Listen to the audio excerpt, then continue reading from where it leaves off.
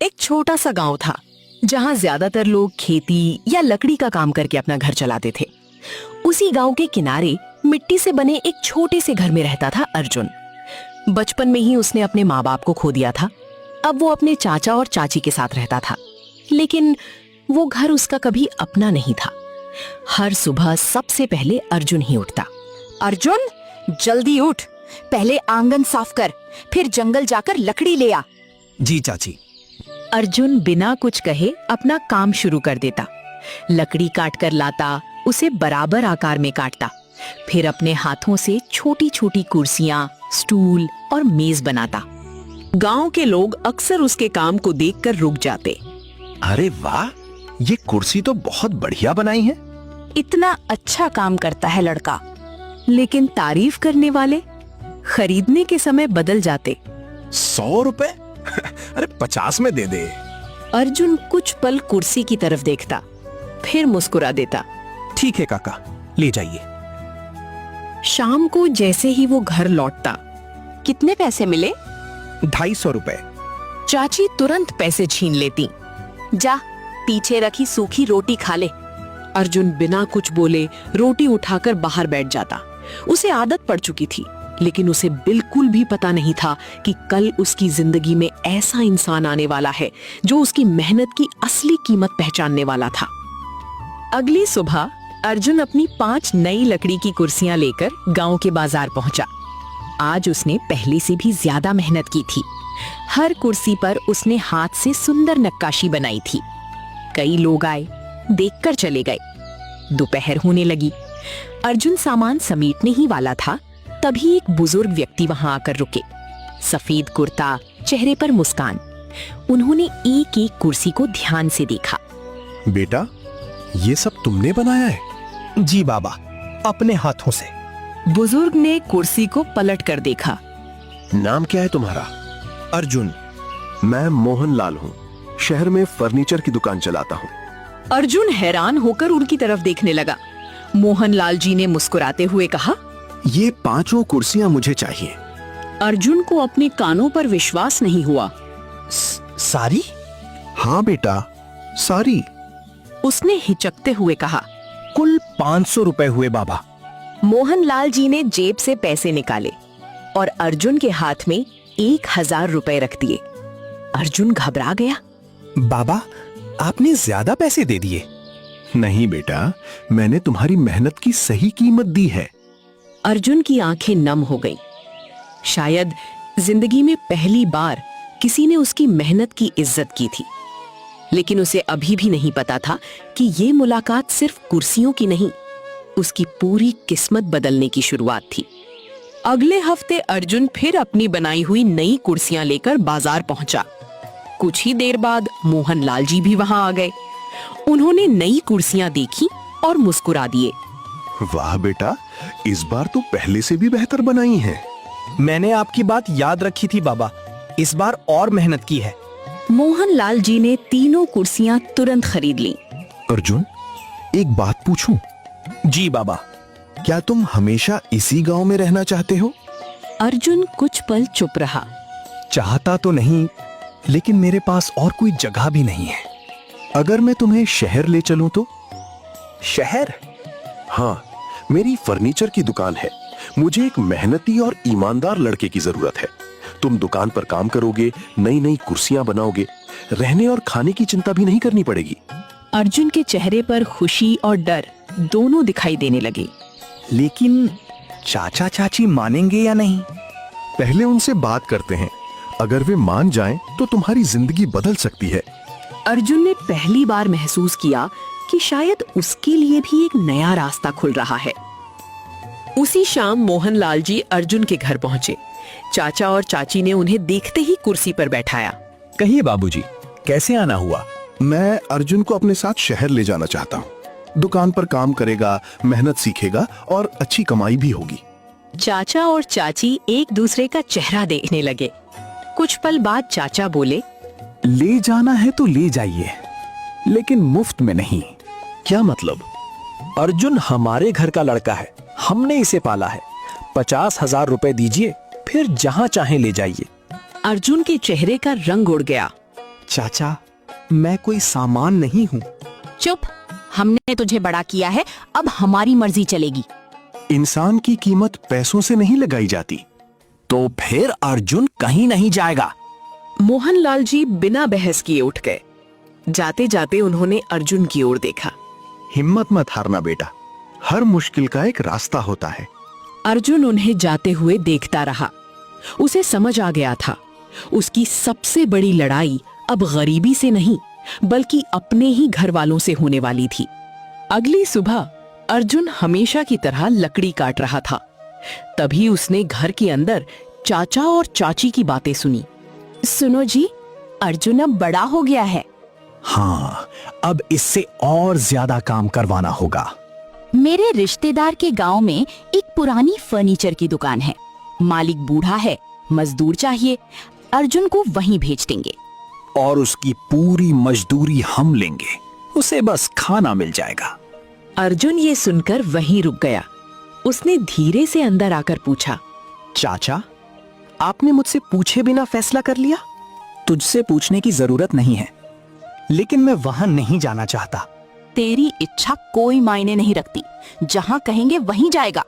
मैं अपनी मेहनत से काम करना चाहता हूँ। बहुत जुबान चलने लगी है तेरी। उसकी आंखों में आंसू थे, लेकिन उसने कुछ नहीं कहा। वो समझ चुका था कि इस घर में उसकी मेहनत की कोई कीमत नहीं है। दोपहर में अर्जुन अकेला नदी किनारे बैठा था। तभी पीछे से आवाज आई। अर्जुन। अर्जुन तुरंत खड़ा हो गया। बाबा, आप? क्या हुआ बेटा? अर्जुन ने सारी बात बता दी। कैसे चाचा उसकी कमाई ले लेते हैं, कैसे उसे जबरदस्ती दूसरे गांव भेजना चाहते हैं और कैसे उसकी बनाई कुर्सी तोड़ दी। मोहनलाल जी कुछ देर चुप रहे, फिर उन्होंने कहा, अर्जुन, मैं तुम्हें एक बात बताऊं? जी। जिंदगी बदलने के लिए कभी कभी सबसे कठिन फैसला लेना पड़ता है। लेकिन मैं करूं क्या? अगर एक दिन तुम्हें अपने सपनों और इस घर में से किसी एक को चुनना पड़े तो क्या चुनोगी? अर्जुन ने बिना सोचे जवाब दिया, मैं अपनी मेहनत और अपना सपना चुनूंगा। मोहनलाल जी मुस्कुरा दिए। यही हिम्मत एक दिन तुम्हें बहुत आगे ले जाएगी। अर्जुन के चेहरे पर फिर से उम्मीद लौट आई। उसे नहीं पता था कि बहुत जल्द उसे सचमुच ऐसा फैसला लेना पड़ेगा जो उसकी पूरी जिंदगी बदल देगा। अगले दिन सुबह अर्जुन जंगल से लकड़ी लेकर घर पहुंचा। घर के अंदर कुछ अनजान लोग बैठे थे। अरे अर्जुन, इधर आ। अर्जुन चुपचाप उनके सामने खड़ा हो गया। ये लोग दूसरे गांव से आए हैं। उनमें से एक आदमी अर्जुन को ऊपर से नीचे तक देखने लगा। काम तो कर लेता है ना? दिन रात काम करता है, कभी मना नहीं करता। अर्जुन को कुछ समझ नहीं आ रहा था। मेहमानों के जाने के बाद उसने पूछा, चाचा, ये लोग कौन थे? अगले हफ्ते से तू उनके साथ जाएगा। क्यों? वहीं काम करेगा, हर महीने तेरी पूरी मजदूरी हमें मिलेगी। लेकिन मैंने तो मना किया था। तेरी मर्जी नहीं चलेगी। मैं अपनी मेहनत की कमाई खुद कमाना चाहता हूँ। बहुत बोलने लगा है। उसने पहली बार महसूस किया, अगर आज भी चुप रहा तो पूरी जिंदगी दूसरों के लिए ही जीता रहेगा। उस शाम अर्जुन अपनी छोटी सी गठरी बांध रहा था। उसमें सिर्फ 2 जोड़ी कपड़े, कुछ औजार और उसके माता पिता की एक पुरानी तस्वीर थी। वो तस्वीर को देखकर बोला, माँ, बाबा, मुझे माफ करना। मैं भाग नहीं रहा, मैं अपनी जिंदगी बनाने जा रहा हूँ। इतने में बाहर से मोहनलाल जी आ गए। फैसला कर लिया? अर्जुन ने धीरे से सिर हिला दिया। हाँ बाबा, अगर आज नहीं गया तो कभी नहीं जा पाऊंगा। डर तो नहीं लग रहा? लग रहा है, लेकिन सपने डर से बड़े हैं। दोनों चुपचाप गांव की पगडंडी पर चल पड़े। अर्जुन ने एक बार पीछे मुड़कर अपना गांव देखा। वही खेत, वही पेड़, वही छोटा घर जहां उसने बचपन बिताया था। उसकी आंखें नम थीं, लेकिन इस बार उसके कदम नहीं रुके। उसे नहीं पता था कि शहर में उसके लिए क्या इंतजार कर रहा है, लेकिन एक बात तय थी, आज से उसकी नई जिंदगी शुरू हो चुकी थी। अर्जुन और मोहनलाल जी कई घंटों की यात्रा के बाद शहर पहुंचे। अर्जुन पहली बार इतना बड़ा शहर देख रहा था। चारों तरफ बड़ी बड़ी दुकानें, भीड़ और गाड़ियां थीं। बाबा, यहाँ तो सब कुछ कितना अलग है। शुरुआत में सबको ऐसा ही लगता है, धीरे धीरे यही जगह अपना घर लगने लगती है। दोनों एक फर्नीचर की दुकान के सामने रुके। दुकान के बाहर बड़े अक्षरों में लिखा था, मोहन फर्नीचर हाउस। अंदर तरह तरह की लकड़ी की कुर्सियां, मेज, अलमारी और पलंग रखे थे। अर्जुन की आंखें चमक उठीं। आज से यही तुम्हारी कर्मभूमि है। तभी दुकान का पुराना कर्मचारी रमेश बाहर आया। नमस्ते मालिक। रमेश, ये अर्जुन है, आज से हमारे साथ काम करेगा। रमेश ने अर्जुन को ऊपर से नीचे तक देखा। इतना दुबला पतला लड़का फर्नीचर बनाएगा? हाथ देखकर इंसान का हुनर मत आंका करो। रमेश चुप हो गया। अर्जुन ने दुकान के अंदर कदम रखा। उसे ऐसा लगा जैसे उसकी जिंदगी का एक नया अध्याय शुरू हो चुका है। अगली सुबह दुकान खुलते ही मोहनलाल जी अर्जुन को कार्यशाला में ले गए। उन्होंने एक अधूरी लकड़ी की कुर्सी अर्जुन के सामने रखी। इसे पूरा कर सकते हो? जी, कोशिश करूंगा। रमेश और दूसरे कारीगर दूर खड़े होकर उसे देखने लगे। अभी पता चल जाएगा कितना बड़ा उस्ताद है।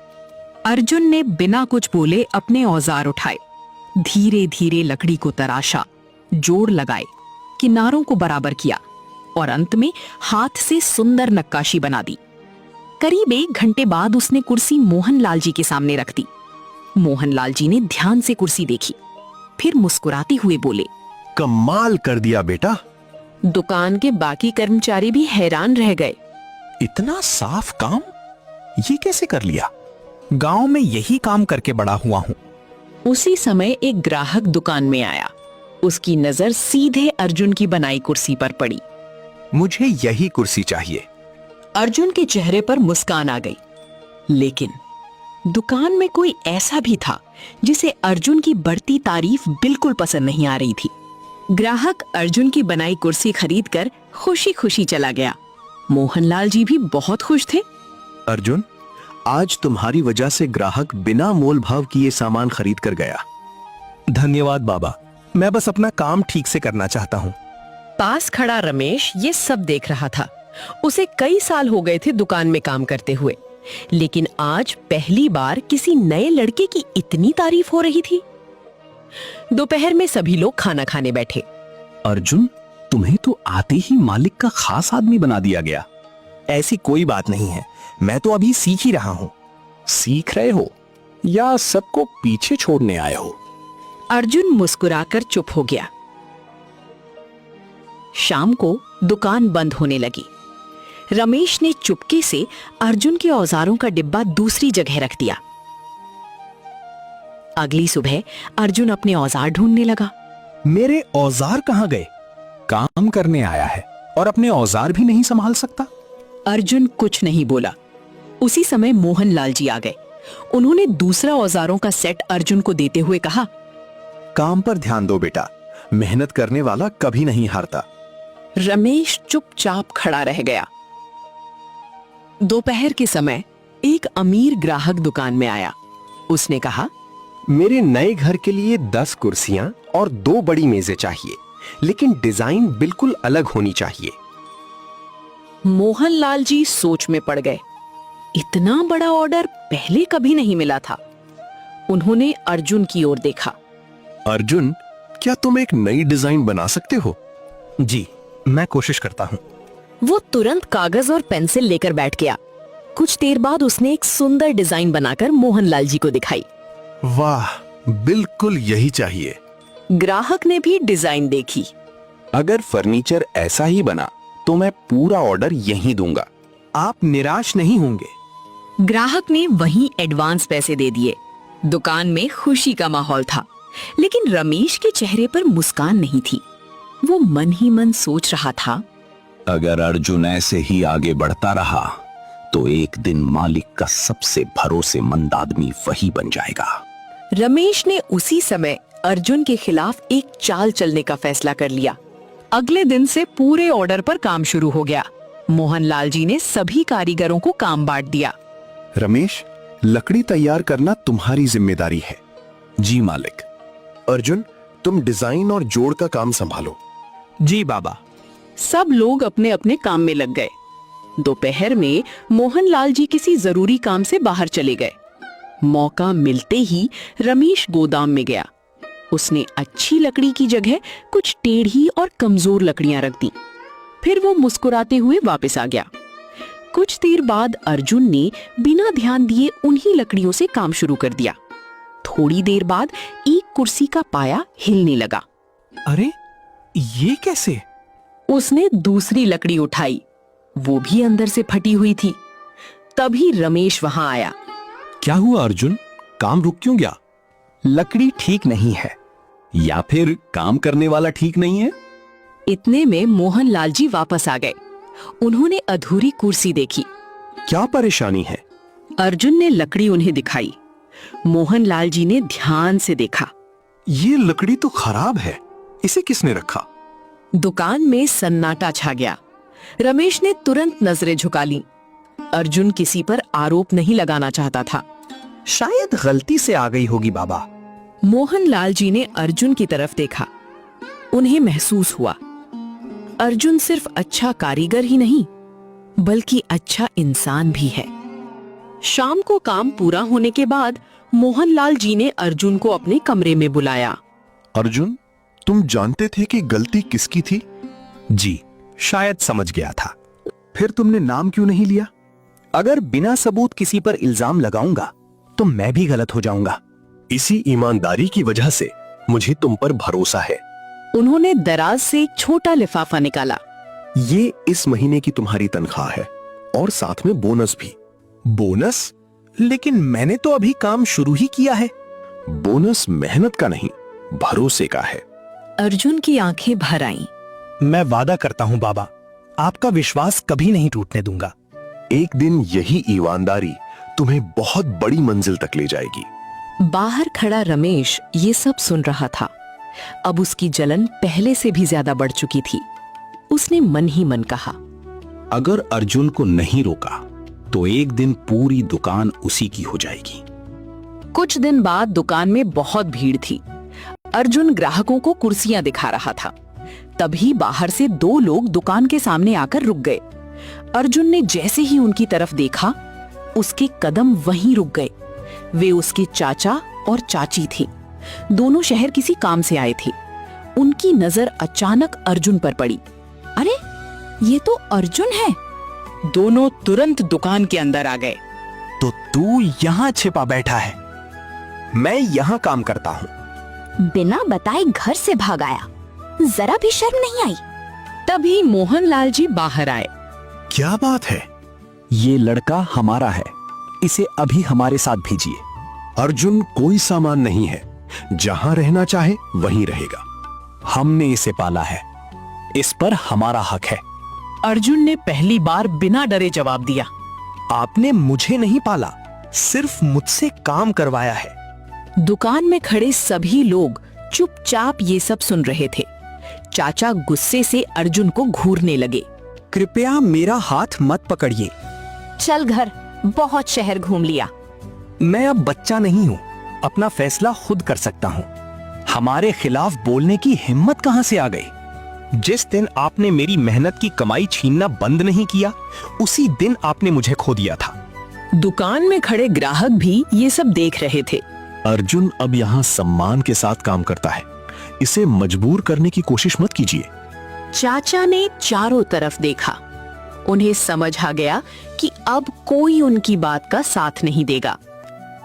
ठीक है, आज जा रहे हैं, लेकिन याद रखना, एक दिन तुझे वापस आना ही पड़ेगा। दोनों गुस्से में वहां से चले गए। अर्जुन ने राहत की सांस ली। मोहनलाल जी मुस्कुराए। आज तुमने डर पर जीत हासिल की है बेटा। अब मैं पीछे मुड़कर नहीं देखूंगा। लेकिन उसे नहीं पता था, ये मुलाकात सिर्फ शुरुआत थी। उसके चाचा चाची अभी इतनी आसानी से हार मानने वाले नहीं थे। अगले दिन सुबह दुकान खुली ही थी कि एक बड़ी गाड़ी दुकान के सामने आकर रुकी। उसमें से एक सज्जन उतरे। नमस्ते, क्या मोहनलाल जी हैं? जी कहिए। मैं शहर के नए स्कूल की तरफ से आया हूँ। हमें 50 मजबूत कुर्सियां और 20 मेज चाहिए। ये सुनकर सभी कारीगर एक दूसरे का चेहरा देखने लगे। इतना बड़ा ऑर्डर पहले कभी नहीं मिला था। मोहनलाल जी ने मुस्कुराते हुए कहा, काम समय पर हो जाएगा। ग्राहक के जाने के बाद उन्होंने सभी को बुलाया। दोस्तों, ये ऑर्डर हमारे लिए बहुत महत्वपूर्ण है। अर्जुन, इस पूरे काम की जिम्मेदारी मैं तुम्हें देता हूँ। रमेश तुरंत बोल पड़ा। मालिक, ये अभी नया है, इतना बड़ा काम कैसे संभालेगा? मुझे अर्जुन की मेहनत और ईमानदारी पर पूरा भरोसा है। अर्जुन थोड़ा घबरा गया। बाबा, मैं पूरी कोशिश करूंगा। कोशिश नहीं, विश्वास रखो। अर्जुन ने सिर हिलाया। उसे पता था अब ये सिर्फ एक ऑर्डर नहीं, उसके भविष्य की सबसे बड़ी परीक्षा थी। अगले ही दिन से सभी कारीगर काम में जुट गए। अर्जुन सबसे पहले दुकान पहुंचता और सबसे आखिर में घर लौटता।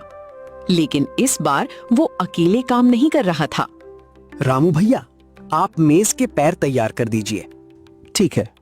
सुरेश जी, आप लकड़ी को अच्छी तरह घिस लीजिए। अभी करता हूँ। वो हर किसी से सम्मान से बात करता। कोई गलती करता तो डांटने की बजाय समझाता।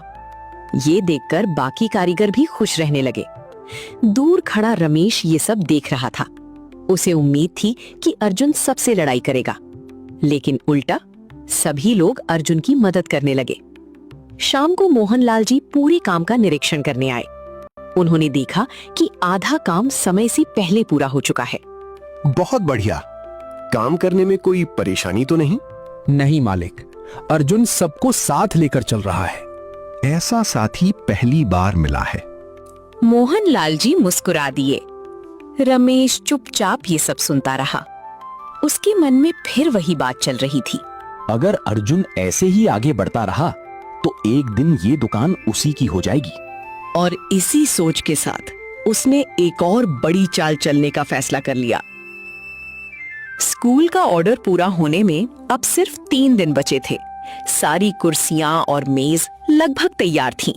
रात को दुकान बंद होने से पहले मोहनलाल जी ने कहा, कल आखिरी पॉलिश होगी, उसके बाद सामान भेज देंगे।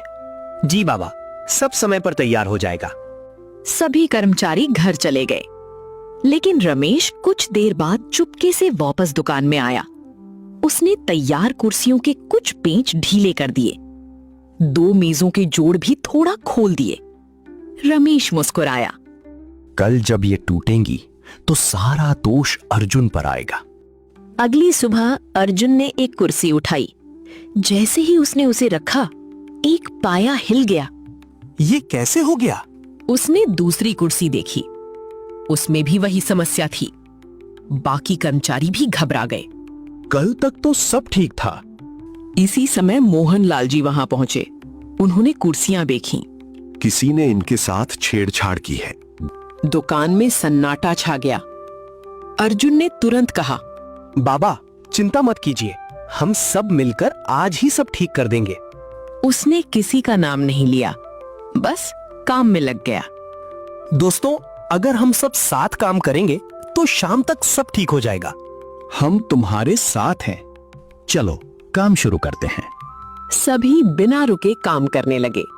अर्जुन हर कुर्सी खुद जांच रहा था। जहां कमी मिलती उसे तुरंत ठीक कर देता। शाम होने तक पूरा ऑर्डर फिर से तैयार हो गया। उसी समय स्कूल के लोग सामान लेने आ गए।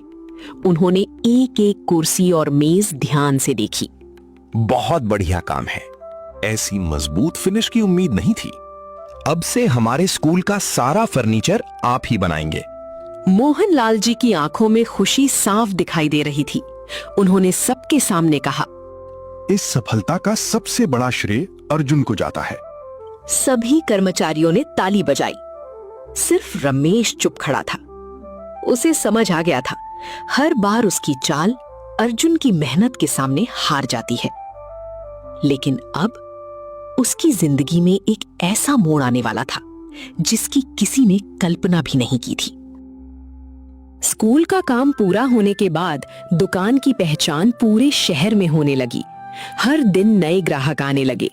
एक दोपहर एक युवती अपनी माँ के साथ दुकान पर आई। उसका नाम नेहा था। नमस्ते, हमें डाइनिंग टेबल और 6 कुर्सियां चाहिए। जरूर बेटी। अर्जुन, इन्हें डिजाइन दिखाओ। आइए मैडम। अर्जुन ने अलग अलग डिजाइन दिखाए। नेहा हर डिजाइन ध्यान से देख रही थी। ये कुर्सियां किसने बनाई हैं? जी, मैंने। बहुत सुंदर काम है। धन्यवाद। अगर हो सके तो मेरे घर के हिसाब से थोड़ा अलग डिजाइन बना दीजिए। जरूर, जैसा आप चाहें। नेहा और उसकी माँ ऑर्डर देकर चली गईं। मोहनलाल जी मुस्कुराते हुए अर्जुन के पास आए। देखा, अब लोग सिर्फ सामान नहीं, तुम्हारा काम ढूंढ कर आते हैं। ये सब आपकी वजह से है बाबा। उसी रात मोहनलाल जी को अचानक सीने में दर्द होने लगा। अर्जुन तुरंत उन्हें अस्पताल ले गया। डॉक्टर ने जांच के बाद कहा, इनकी उम्र ज्यादा है, इन्हें अब आराम की जरूरत है।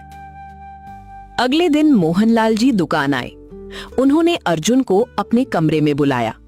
अर्जुन, अब दुकान की जिम्मेदारी तुम्हें संभालनी होगी। नहीं बाबा, आप ठीक हो जाएंगे। हर इंसान हमेशा साथ नहीं रहता बेटा। उन्होंने दुकान की चाबियां अर्जुन के हाथ में रख दी। मैंने तुम्हें सिर्फ काम करते नहीं देखा, मैंने तुम्हें परिवार की तरह अपनाया है। अर्जुन की आंखें भर आईं। आप मेरे लिए पिता जैसे हैं। और तुम मेरे लिए बेटी जैसे हो। दोनों की आंखें नम थीं। उन्हें नहीं पता था कि आने वाले दिनों में जिंदगी एक बहुत बड़ा इम्तिहान लेने वाली है। अगले कुछ दिनों तक मोहनलाल जी दुकान नहीं आए। अर्जुन हर सुबह उनके घर जाता, दवा देता और फिर दुकान संभालता। एक दिन डॉक्टर फिर जांच करने आए। कुछ देर बाद वे बाहर निकले।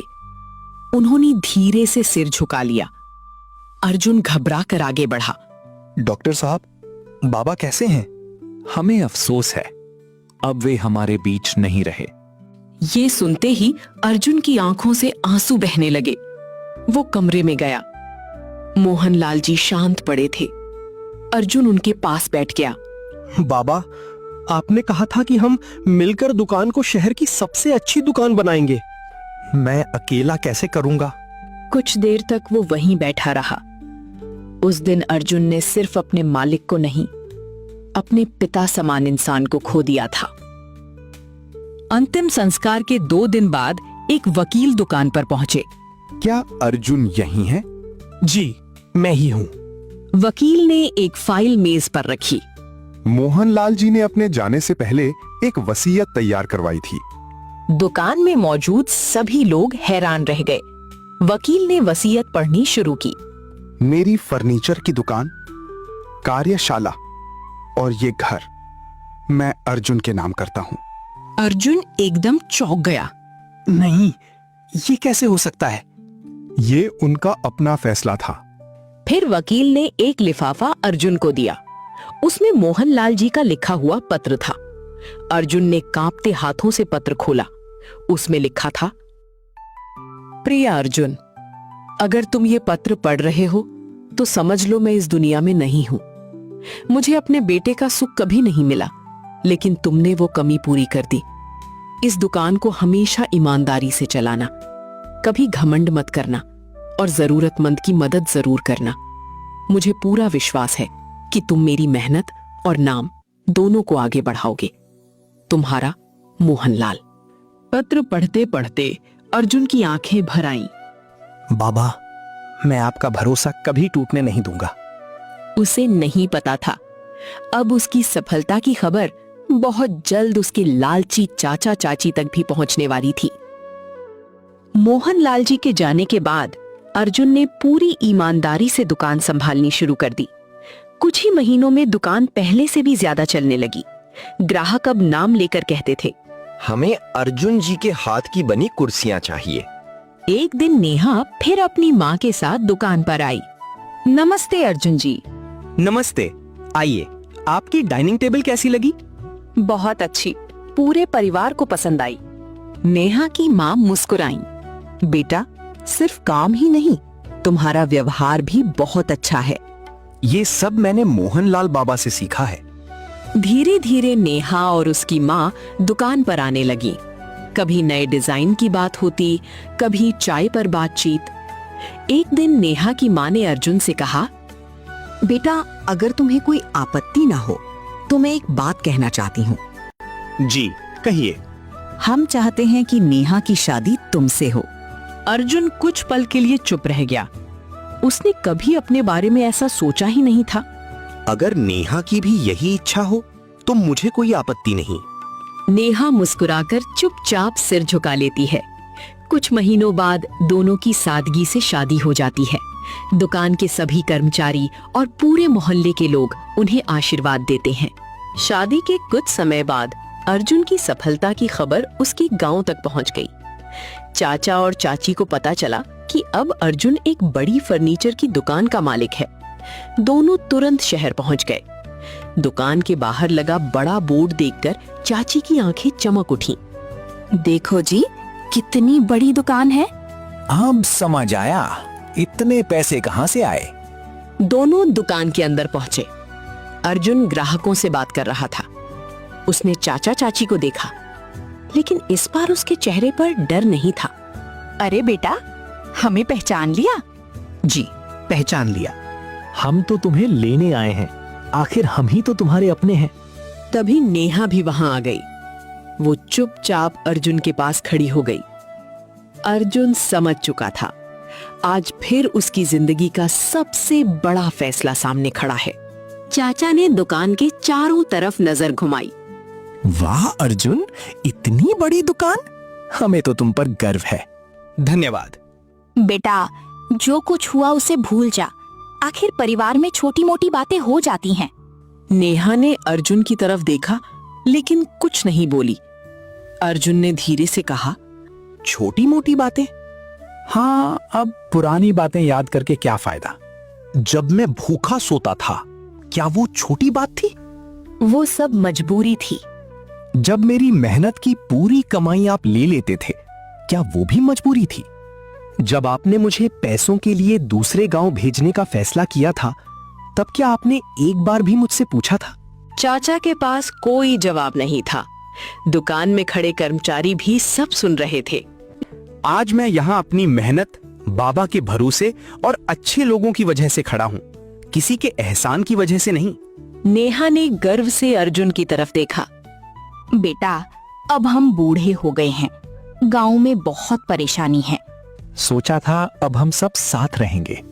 अर्जुन समझ गया कि उनकी असली नजर दुकान पर है। अगर आपको सच में मदद चाहिए तो मैं हर महीने खर्च भेज दूंगा। हमें पैसे नहीं चाहिए। तो फिर क्या चाहिए? इस दुकान में हमारा भी हिस्सा होना चाहिए। आखिर तुम हमारे घर में पले बड़े हो। दुकान में सन्नाटा छा गया। नेहा ने अर्जुन की ओर देखा। अर्जुन ने बिना गुस्सा किए जवाब दिया, घर वो होता है जहाँ प्यार और सम्मान मिले, जहाँ इंसान को बोझ समझा जाए। वो सिर्फ रहने की जगह होती है। मतलब तुम हमें कुछ नहीं दोगे? मैं इंसानियत के नाते मदद कर सकता हूँ, लेकिन अपनी मेहनत और बाबा की अमानत किसी को नहीं दे सकता। चाचा और चाची एक दूसरे का चेहरा देखने लगे। उन्हें समझ आ गया, आज अर्जुन पहले वाला डरा हुआ लड़का नहीं रहा। चाचा ने आखिरी बार अर्जुन को मनाने की कोशिश की। अर्जुन, एक बार सोच ले, हम तेरे अपने हैं। अपने वो होते हैं जो मुश्किल समय में साथ खड़े हों। हमसे गलती हो गई थी बेटा। अगर उस समय मोहनलाल बाबा मेरा हाथ ना पकड़ते, तो आज भी मैं किसी के लिए मजदूरी कर रहा होता। दुकान के सभी कर्मचारी चुपचाप ये बातचीत सुन रहे थे। रमेश भी वहीं खड़ा था। वो आगे बढ़ा। मालिक, आज मुझे भी एक बात कहनी है। अर्जुन उसकी तरफ देखने लगा। मैंने कई बार आपके खिलाफ चाल चली, खराब लकड़ी रखी, औजार छिपाए, लेकिन आपने कभी मेरा अपमान नहीं किया। गलती हर इंसान से होती है रमेश जी, उसे सुधारना सबसे बड़ी बात है। रमेश की आंखें भर आईं। अगर हो सके तो मुझे माफ कर दीजिए। अर्जुन मुस्कुराया। हम सब मिलकर बाबा का सपना आगे बढ़ाएंगे। ये देखकर चाचा और चाची समझ गए कि जिस लड़के को वे कमजोर समझते थे वो आज अपने संस्कारों से सबसे अमीर इंसान बन चुका था। दोनों बिना कुछ कहे वहां से लौट गए। कुछ महीने बाद मोहन फर्नीचर हाउस शहर की सबसे भरोसेमंद दुकानों में गिना जाने लगा। अर्जुन ने दुकान के बाहर एक नया बोर्ड लगवाया। उस पर लिखा था, मेहनत की कीमत हमेशा मिलती है। नेहा दुकान संभालने में उसका साथ देती थी। रमेश और बाकी कर्मचारी अब परिवार की तरह काम करते थे। हर महीने अर्जुन कुछ पैसे गांव के अनाथ बच्चों की पढ़ाई और जरूरतमंद कारीगरों की मदद के लिए दान करता। एक दिन एक लड़का दुकान पर आया। भैया, मुझे भी लकड़ी का काम सीखना है। अर्जुन मुस्कुराया। सीखोगे तो जरूर, लेकिन पहले एक बात याद रखना। क्या? काम कभी छोटा नहीं होता। मेहनत और ईमानदारी इंसान को वहां पहुंचा देती है जहां किस्मत भी साथ देने लगती है। नेहा मुस्कुराकर अर्जुन की ओर देखने लगी। बाबा, आपका सपना आज भी जिंदा है। अर्जुन ने अपनी किस्मत पैसे से नहीं, अपने हुनर, ईमानदारी, मेहनत और स्वाभिमान से बदली। जो लोग उसे बोझ समझते थे, एक दिन वही उसकी सफलता देखते रह गए। सीख: जिंदगी में हालात चाहे कितने भी कठिन क्यों ना हो, अगर मेहनत, ईमानदारी और सही फैसले साथ हों, तो इंसान अपनी किस्मत खुद लिख सकता है।